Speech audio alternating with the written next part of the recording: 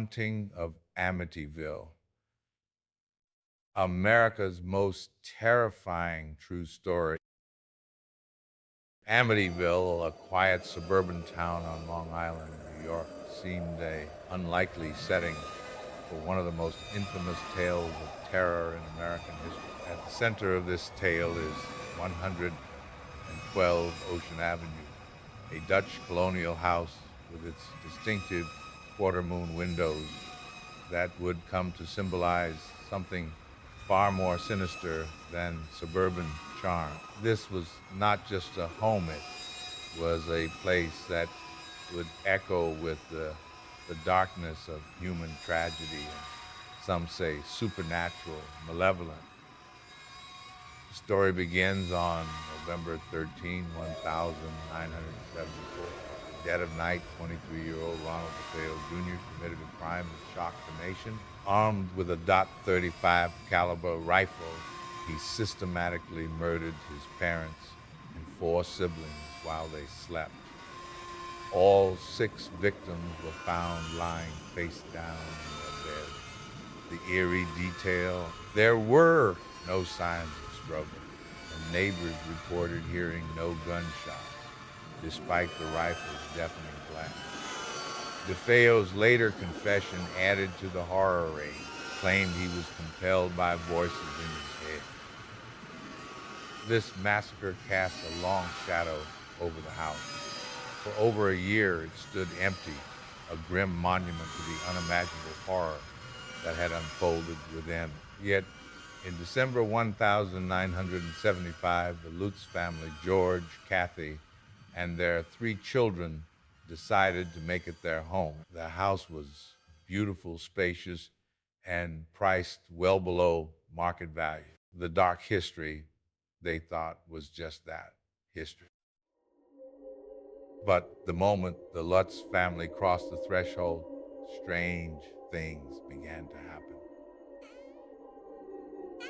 As he sprinkled holy water in one of the upstairs bedrooms, he heard a deep, guttural voice demand, "Get out."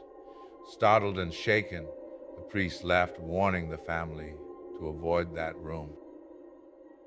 Initially, the Lutzes tried to dismiss the odd occurrences as their imaginations running wild. Doors slammed shut on their own, and footsteps echoed through the halls when no one was walking. The family dog, Harry, refused to enter the house, barking anxiously at seemingly empty corners. One of the most chilling signs came in the form of swarms of flies. Despite the freezing winter temperatures, the upstairs bedroom where one of the DeFeo children had been killed was overrun with flies. No matter how many they killed, more would appear, clustering ominously round the window. George Lutz, a pragmatic man with no prior belief in the supernatural, began to change. He became distant, irritable, and consumed by an inexplicable coldness that no fire could dispel. Night after night, he awoke at exactly 3:15 a.m., the precise time the DeFeo murders were believed to have occurred. His obsession with the house grew, as did his detachment from his family. Kathy, too, found herself under siege. She experienced vivid, terrifying nightmares of the DeFeo family's final moments. As though she were reliving the murders through their eyes, she felt invisible hands touching her, leaving red welts on her skin. At times, she claimed to see her own face transform into an old hag in the bathroom mirror. The children were not spared. Their youngest daughter, Missy, began speaking to an imaginary friend named Jody. But Jody was no ordinary playmate. Missy described her as a large, pig-like creature with glowing red eyes. Jody, Missy claimed, would watch her from the window, promising to protect her from harm. As the days turned into weeks, the house seemed to tighten its grip on the family.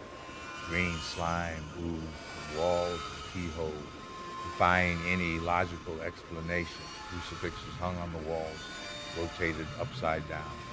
as though mocking the family's fate. One night, George saw two glowing red eyes staring back at him through a window. When he ran outside to investigate, he found nothing, only the eerie silence of the night. The Lutzes called upon paranormal investigators, including Ed and Lorraine Warren, famed for their work in cases of supernatural disturbances. The Warrens described the house as being infested with a dark, malevolent force. During their investigation, they captured one of the most chilling pieces of evidence, a photograph of a ghostly young boy peeking out from a doorway. The boy bore an uncanny resemblance to John Matthew DeFeo, one of the murdered children.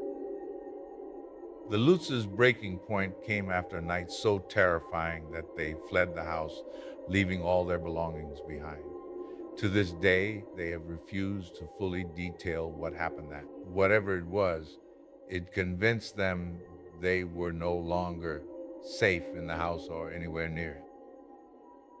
Their story became a media sensation, sparking debates and spawning books, movies, and documentaries. Skeptics accused the Lutzes of fabricating their tale for fame and profit, pointing out inconsistencies in their accounts. Others, however, were convinced by the evidence, including the Warrens' testimony and the mysterious photograph of the ghostly boy. The house itself has seen multiple owners since the Lutz family fled.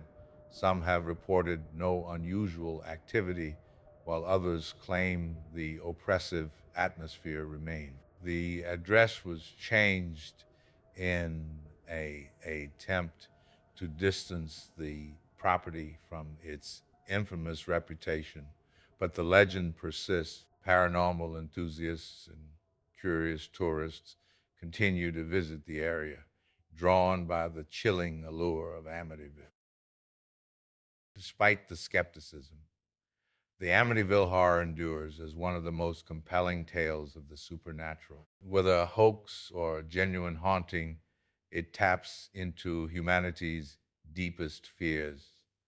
The idea that evil can reside not just in people, but in places, seeping into the very walls and refusing to let go. As you reflect on the story of 112 Ocean Avenue, one question remains. What do you believe? Was the Lutz family's experience a fabrication, an overactive imagination fueled by tragedy, or a real encounter with the unknown? Perhaps the truth lies somewhere in between. The house may stand silent now, but its story continues to speak to those who dare to listen. Whatever happened in Amityville, it left a mark, a scar that refuses to heal. And perhaps that's what makes it so terrifying. Not the ghosts, not the voices, but the lingering question of what it says about us, about the places we call home, and about the things we fear most.